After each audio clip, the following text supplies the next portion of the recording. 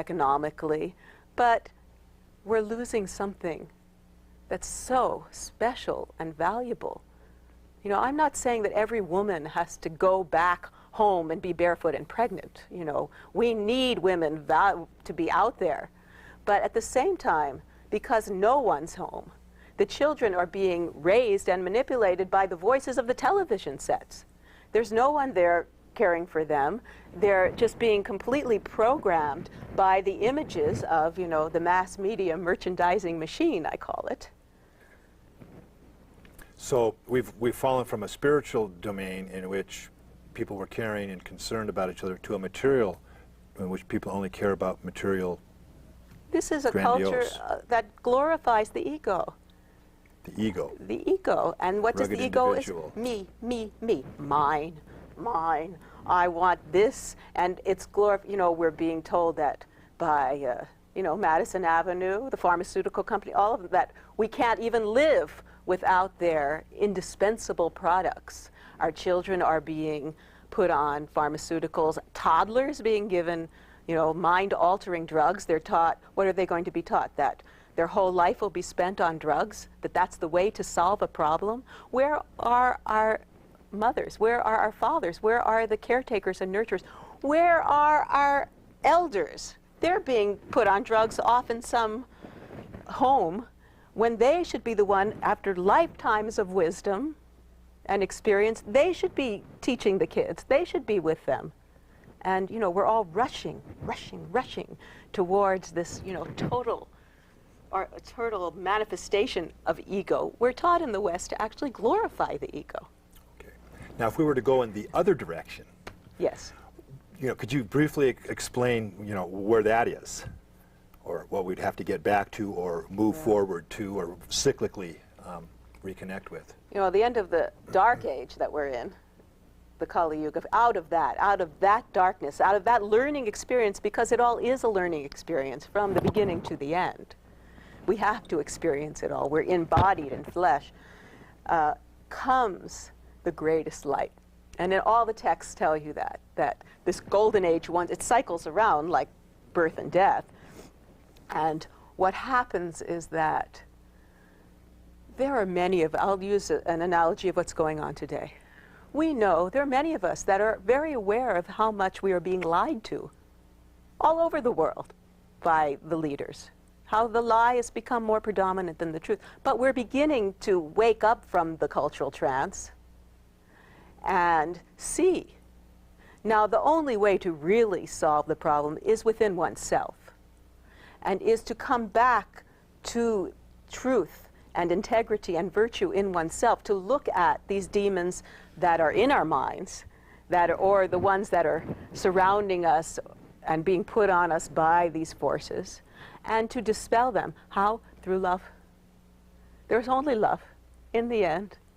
And there's compassion, not the kind of compassion that's being, you know, told to us, this compassionate conservatism, whatever it is. Passionate.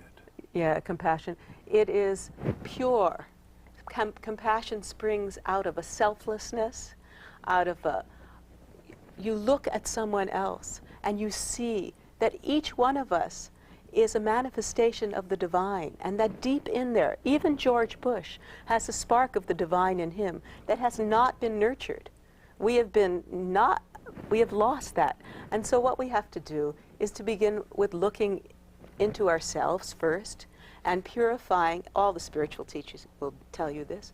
And really, it's like looking in the mirror.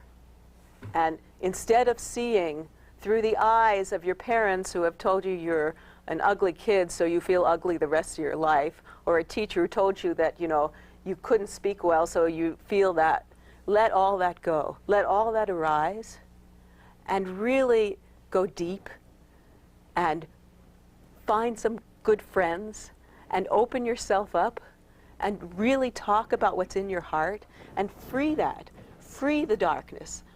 And once you can do that in yourself, and it's not an easy task. You know, we want the easy way. We're trained from childhood in this culture. That's why we're ready to take a pill, or we want a teacher, a guru to come hit us on the head and instantly we want enlightenment. But enlightenment, it's not easy work. it's a deep spiritual path, and it's a deep, you have to really go in. And once you begin to do that, then you can see that everyone is just, they're sad and lonely beings. We're surrounded by an atmosphere of pollution, everything is based on, since everything's based on on greed pretty much, on making money. So they're not caring about really honestly taking care of us. How much money is spent on preventative medicine? It's just, let's fix it, and it'll cost you this much. But anyway, what we should do, go out in nature, appreciate what we have, learn to look at each other, care for each other, hold each other, look into other people's eyes. Look into the eyes of your parents and your children and see.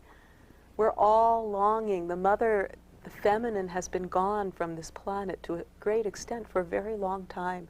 A friend who's a healer told me that these days people come to her and all they want is for her to hold them and rock them and let them cry, because we're so lost, we're so disconnected and alienated. And so it's time to come back together and realize who we are. We are extraordinary spiritual beings in material bodies, and begin to, to lift the veil of all of this modern culture and see the amazing beings that we truly are. So what you're suggesting is that culturally, we're spiritually corrupt.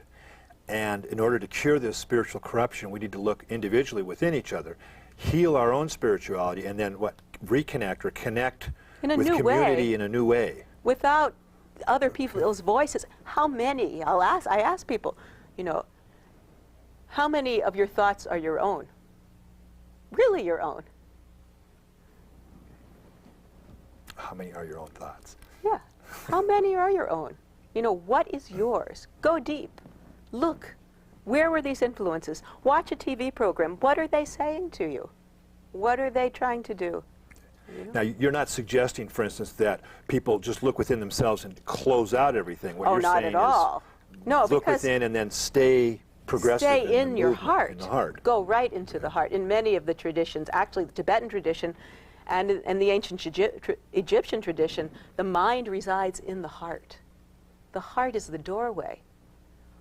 So instead of looking, from a mental, judgmental, threatened position, open your eyes. Find that love within yourself. Love only grows. Light grows, and look at your family, your mother, and see how they're longing. They're longing for someone to listen to them. A lot of it has to do with listening. And another key is really to tell the truth. Which brings us to storytelling. Yes. And we've been getting some stories from the current administration, the weapons of mass destruction, which now they'll freely admit. And in fact, they're actually boasting that it never existed in the first place. And they're really kind of smug with the fact that they fooled us. And they're pretty happy about it.